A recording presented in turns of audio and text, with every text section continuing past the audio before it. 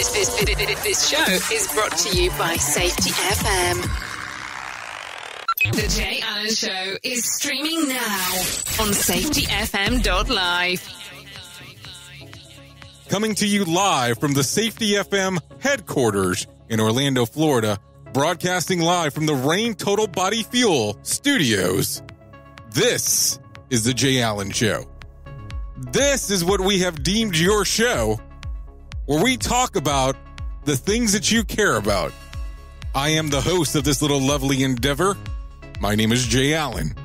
Thank you for coming back once again to the Jay Allen Show to take a listen to what we have going on. Hopefully, things are going extremely well on your side of the planet. Over the last few weeks, we've had the pleasure of speaking to different people inside of the safety space in particular. And today we're going to continue down that path as we have the privilege of speaking with Jeffery Lyth. Jeffery refers to himself as a guide of New View safety.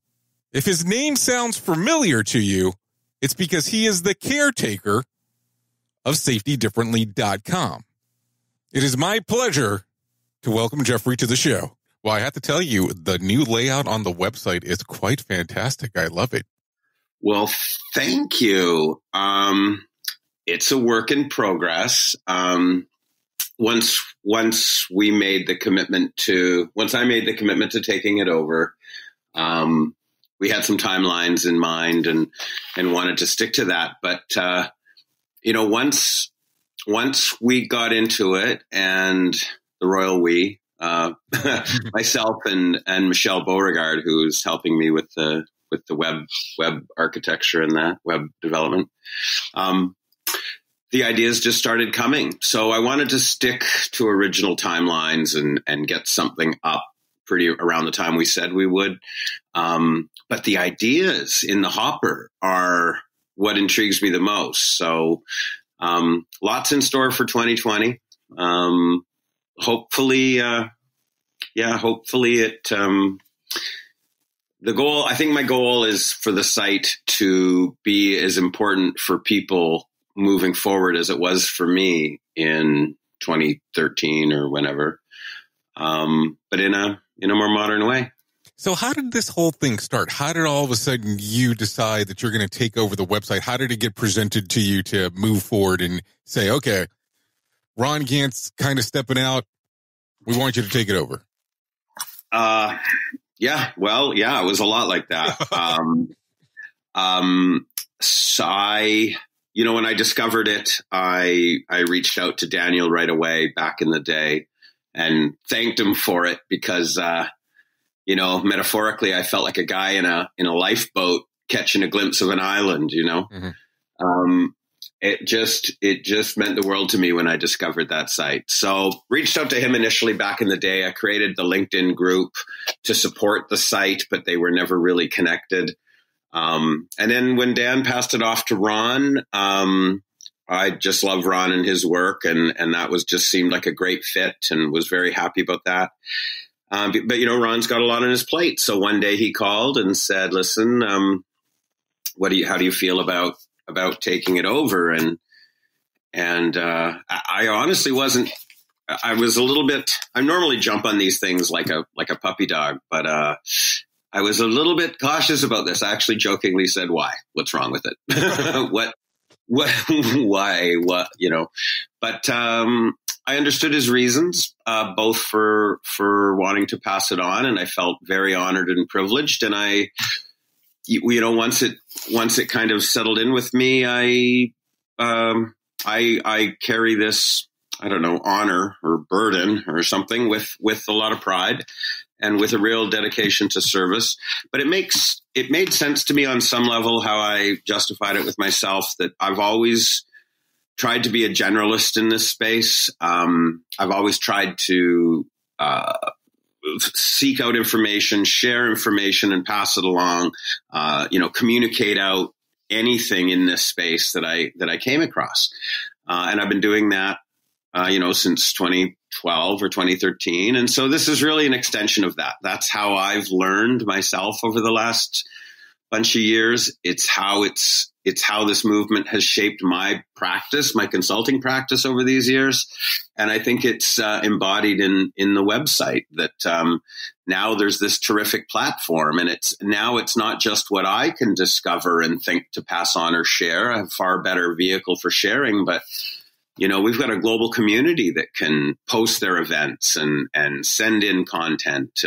And speaking to somebody the other day, and metaphorically we said, I like it to be a buffet or a banquet, that when people come and visit, exactly what they walk away back to their tables with will be a slightly different plate than their neighbor. Everybody can come and take greater or lesser proportions of a variety of facets or domains or theories, as we're calling them on the site.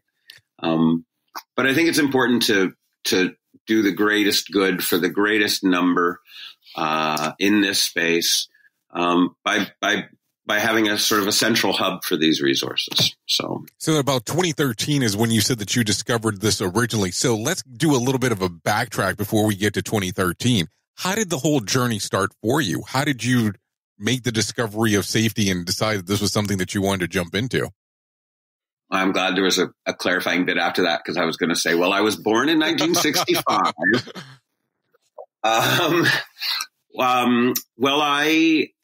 I fell into safety in 1992 by kind of more or less accidentally going and learning a little bit about first aid for the first time in my life and really loving it. And that really aligned some things. And I pursued that for a number of years with doing some paramedic work and some lifeguard and ski patrol work. So that caring about giving care to people, caring for injuries, caring for the injured. But when I started working with those tickets, that became the safety profession, and safety was about prevention. And so in the early days, without really any training or experience in it, I was tossed out there and told that I was going to get to deal with the regulator, and I was going to get to try to make the workplace safer. And in those early days, it was a simple dynamic. There was a discernible cause and effect relationship between, or at least I felt there was, between going out and whatever it was, installing guardrails, getting guys tied off, getting guys in PPE. Back in the day, it felt good. There was a real linear connection between what I wanted and what I was doing. And so as my career evolved over the next 20 years, I think it went from simple, to use the Cynefin framework, it went from simple to complicated. And we had 24 odd, very large construction projects around the Pacific Northwest. And we had, 4,000 to 5,000 construction workers out there at any one time, building high rises in various, mostly contractors, almost all contractors. But what we were doing became very complicated. I was managing in all the required ways. I was members of all the national safety clubs. I was, had my national, whatever designations, but I suffered a real dissonance that where did that ethic of caring go? Where did my ability to trace the positive effect I was having go? And so I went through a bit of a real change in 2012. And then there was a few accidents. There was a couple of fatal accidents very close to home. We had a couple of sawmill explosions here in this province. So a lot was happening around that time that just really encouraged this thinking. So in 2012, I just stepped out of my corporate safety role and stepped away from, that conventional school of thought of the clubs and associations. And all I really knew to do at the time was to take some of the leadership ideas. Our senior management was involved in a leadership development process in the company. And we were talking about some really great leadership concepts, and we were talking about them in a very open and just discussing them and hashing them over and combining and contrasting. And it was just a really dynamic discussion. So I thought, us suits in the boardroom we could use that discussion, but where that discussion would really be beneficial was out in the front lines, out where we've got leaders, I now know to describe it as we have leaders out there working in work as actually done. We've got frontline leaders out there dealing with the realities of our people and our systems of work in a constantly changing environment. And, construction's a weird industry or a great industry to have these thoughts in, because it's so variable and so dynamic and so constantly changing. And I ascribe to the John Cotter kind of school of thought that says the purpose of leadership is to manage change, to deal with change. So it took leadership development out to the front lines and really dove into that first year. And it was at the end of that first year I discovered, I'm not sure it was the website, it was the Eurocontrol paper on from Safety 1 to Safety 2. I remember as being huge. One of the first pieces I saw on the website was Daniel Hummerdahl's piece, where he talked about moving safety from a deficit kind of mindset to a possibilities mindset, something that could be more generative. This is The Jay Allen Show. Have you learned about human and organizational performance and you wanted more? Well, now is your chance. Fisher Improvement Technologies is conducting an advanced HOP practitioner workshop. Now is your opportunity to learn these advanced HOP techniques in this 2-day workshop that is designed to give leaders the ability to understand and manage integrations of advanced error reduction in organizations, also known as AERO. Participants are provided with multiple experimental learning opportunities to ensure they can use the information in their day-to-day interaction. For more information, go to aerohp.com. That is AEROHP.com.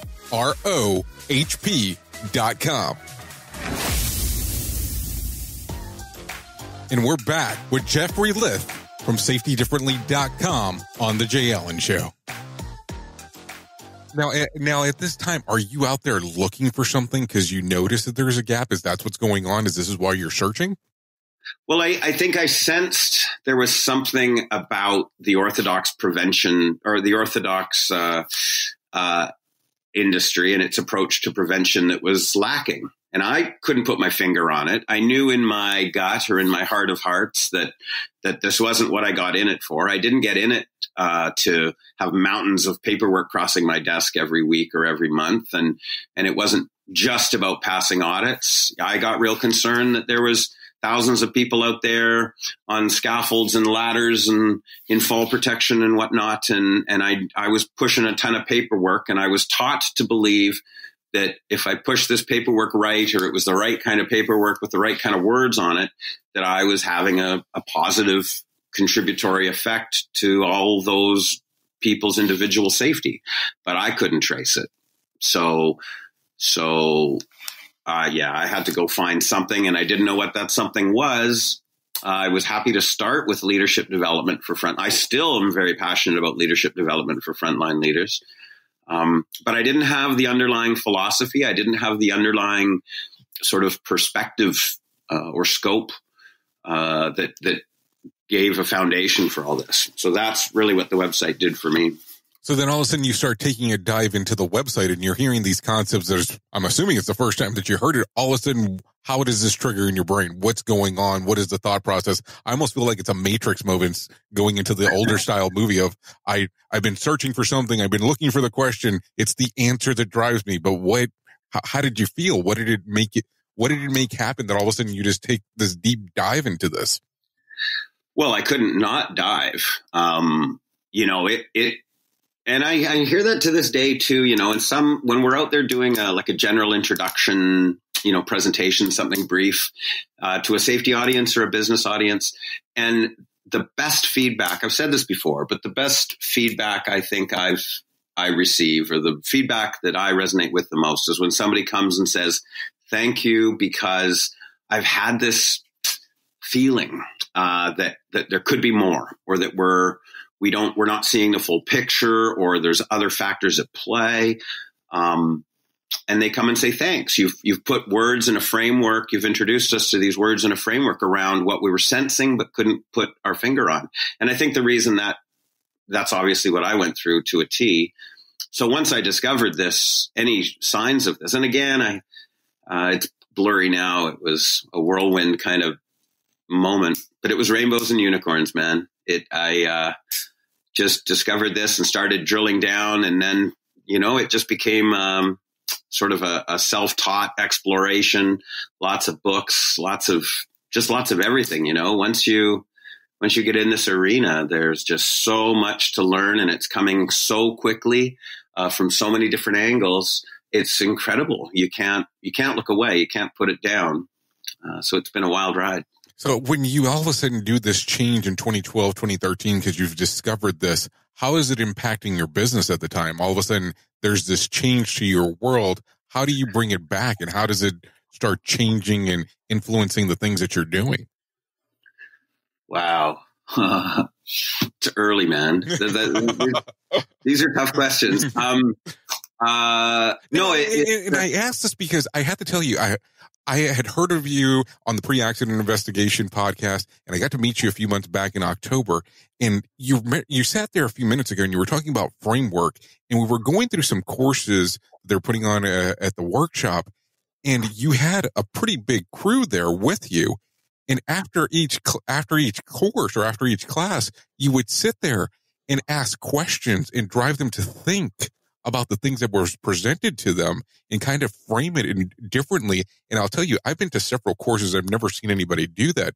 So I was so intrigued by what you were doing that I would kind of like sit off into the room, even though I wasn't part of the group that you were with, just to listen to the questions that you were bringing up and making the people think. So this is why I'm trying to figure out, what was your thought process at the time? And when you're going back into the organization and saying, okay, this is how I'm going to start evaluating and changing these things, especially I know that it's 7 to 8 years ago, but I'm still trying to figure out what was the mindset at the time.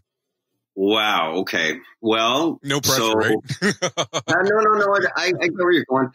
I mean, it's been an evolution I could explain the evolution of the process over those years, but what you're talking about is something quite recent. And I want to thank you for speaking of it in that kind way. I remember when we recorded a cast with Todd and Mark and Ivan, and Todd's first comment was, "You brought a whole crew." And I said, "Yep." And he said, "I thought you were crazy." And I was like, "Pardon me."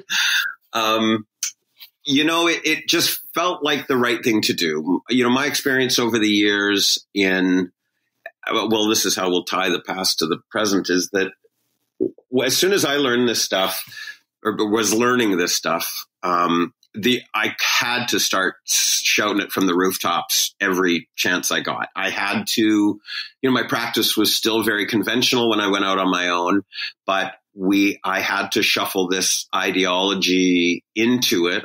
I couldn't not. And there's a phrase that comes to mind. Somebody once said, I forget where I heard this, but the comment goes, are you trying to change the world? And the answer is no, the world has changed me. I'm just trying to pay it forward. And that little phrase stuck with me a lot. So as soon as I became aware of it, I just started sharing it and practicing it. It influenced my thinking, and that's really how the evolution went. But what we did there with that client, in my consultancy, when I work with clients, as I said, I feel like a kind of a generalist in this space, and I don't hold any intellectual property or take credit for any particular aspect of this. What I like to be is a bit of a tour guide, or a bit of a coach or an assistant to organizations going through this. I use the term Sherpa, and somebody said, "You don't want to call yourself a Sherpa. They carry everybody's crap." And I said, well, it still kind of fits. But anywho, why would I not expose my clients? This conference came up, and I knew how impactful it would be. How could I not expose them to it?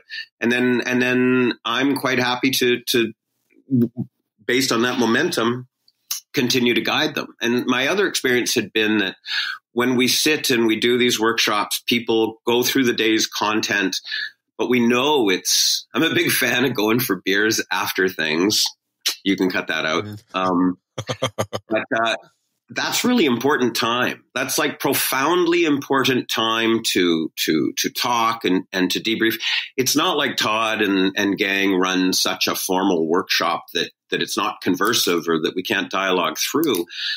But the dialogue, the conversations people have afterwards, a little bit more privately, are really powerful. So it seemed like an obvious thing to do. Todd was kind enough to say, keep the room afterwards and that.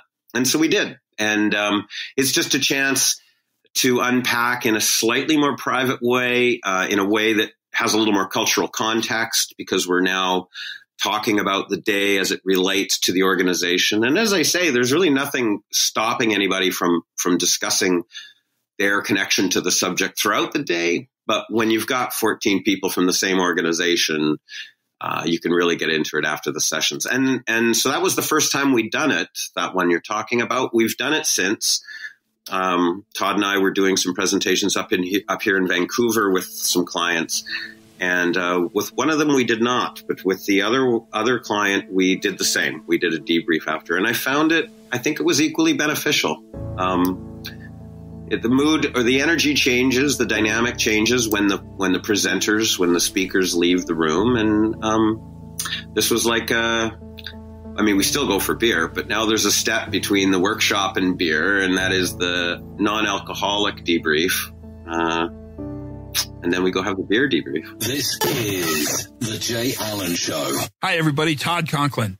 I know lots of you get your information while you drive down the road or sit on planes or sit in meetings and look interested. And now you should know that 3 of my books are available for your listening pleasure on Audible. With the help of Jay Allen and Safety FM, we've produced 3 of the books: Workplace Fatalities, The 5 Principles of Human Performance, and my very first book, Simple Revolutionary Acts, and they're available now where you get audiobooks. The more you listen, the more we get into your head. Safety FM. And we're back with Jeffery Lyth from safetydifferently.com on The Jay Allen Show.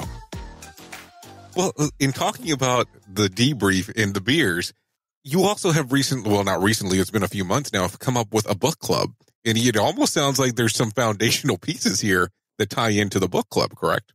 Yeah, it's beer that ties it all together. Beer that ties it all together. So for some of the audience members that might not know about the book club, could you give an explanation on it?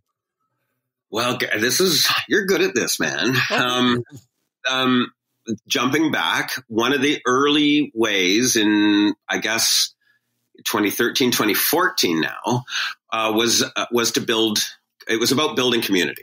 And it was about finding other like-minded people to talk about these things with. One of the sort of curses of discovering a movement like this that resonates so deeply is that for a grumpy old guy like me, it becomes really difficult to sit in conventional meetings and conventional conferences and things like that about safety, because you're hearing a lot of stuff that just, rolling your eyes is an understatement. It's like nails on a chalkboard to listen to some of that really backwards looking stuff.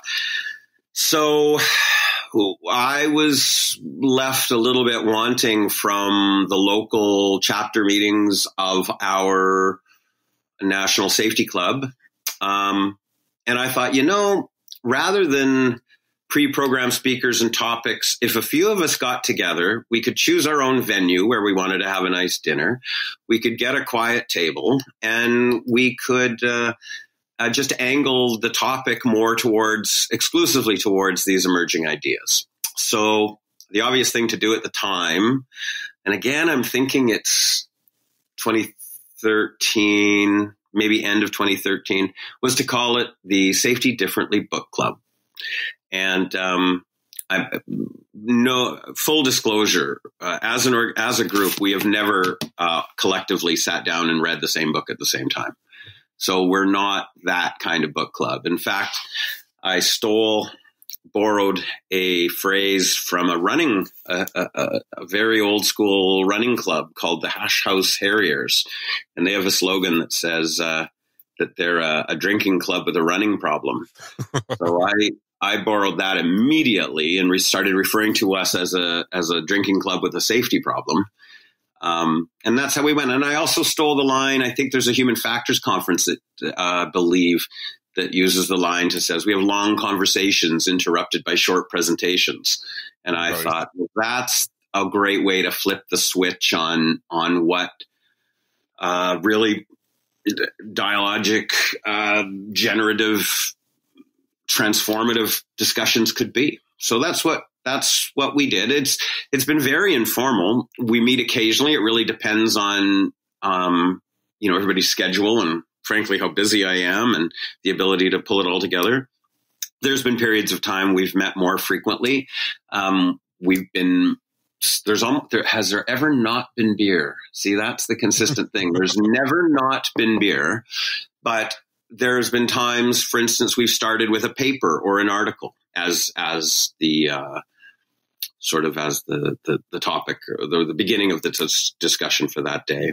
So now currently, is there anything like there's a thread of that information online on the website saying, okay, this is the book that we're focusing on and this is the white paper that we're focusing on, if there's anybody else that might be interested? No, it's just part of the invite, and these meetings aren't recorded. You can imagine why. Right. There's no record of it online. It's just a safe space, as we call it. But no, there's no real record of it. We set up a meeting and we'll have an idea in mind. One of our first annual Safety Differently pub night, and it took a few years to get that going. So this will be our third year. April 2020 will be our third year having our annual pub night, and we get a sponsor or two for that. We take over the basement of a pub. It coincides with a conference here in Vancouver. But we had I think the first one was unfortunately soon after the passing of Jens Rasmussen. So, we kind of used that as the anchor, as a tribute to the work of Jens Rasmussen. And a lot of people discovered his work through that. So that was great. We've had Todd send in video clips. Sydney Decker has sent in audio clips for us to talk about. So it's been organic. But I think now the movement has come so far. I'm very proud to say that I've passed the reins of the Vancouver Book Club to a local associate, Darshan Gill, that we've got Karina Abe in Toronto who wants to convene a group in Toronto. We have Matt and Lindy from Johannesburg, South Africa, Matt Gonsalves, and they want to get together a group down there. And we've got Mike Moreno down in the Permian Basin in Midland, Texas, who wants to put a group together. So it's expanding for sure. It's expanding then. Well, all it takes is somebody in a town who is interested in this movement, who would like to have a few people to just get together and chat about this with. And if you can invite a few people to a pub for beer, you can host a book club meeting. So, it's been great to get people together and build community, build local community. And the fact now that we have a platform to tie it all, to facilitate that and to tie these different groups together, is really exciting. That's probably one of the most exciting aspects of what we can use this platform for in 2020 is I hope to see somebody put their hand up in a bunch of different cities and say, let's do this. Give it a go. Give it a try. So that's the call to action then. That is the call to action. So having people in these different cities that coming out and actually doing this. Right. So Jeff, if people want to find out more information about you, where can they go to get some more information about you and the website? Well, I've got a lot of sassy answers to that, but I'll keep it. That's not. You don't have to keep it PG. I know how to hit the censor button. Oh, cool. That's good because Todd's recording from the first moment, and he doesn't edit very much. And actually, before I want to get on your other one, you have the Rated R? The Rated R Safety Show. Let's do one of those. Okay. We might have to. Actually, let's still aim for only an R rating if we do one of those together. Okay. You can reach me at jeff@safetydifferently.com is probably the best way. easy to remember. And I am open. Anybody who has any questions, comments, ideas, concerns, I just feel like I'm the caretaker of this domain for a period of time. And my goal is to help as many people to build community, to advance the consideration and application of these concepts as far and wide as I can. And so with that in mind, I am open to, I'm sensitive, so be kind, be gentle, but I'm open. If anybody has any ideas, if anybody thinks anything should or should not be there, let me know. I'm happy to be of service. Well, Jeff, I really do appreciate you taking the time today to come on. Thank you, Jay. It's been awesome being here. This brings another episode of The Jay Allen Show to an end, but we'll be back before you know it. Thanks for listening, and goodbye for now. Want more of The Jay Allen Show? Go to safetyfm.com. Wondering how you can show your love? Head over now to Facebook and drop a like. The views and opinions expressed on this podcast are those of the host and its guest and do not necessarily reflect the official policy or position of the company. Examples of analysis discussed within this podcast are only examples. They should not be utilized in the real world as the only solution available, as they are based only on very limited and dated open source information. Assumptions made within this analysis are not reflective of the position of the company. No part of this podcast may be reproduced, stored in a retrieval system, or transmitted in any form or by any means, mechanical, electronic, recording, or otherwise, without prior written permission of the creator of the podcast, Jay Allen.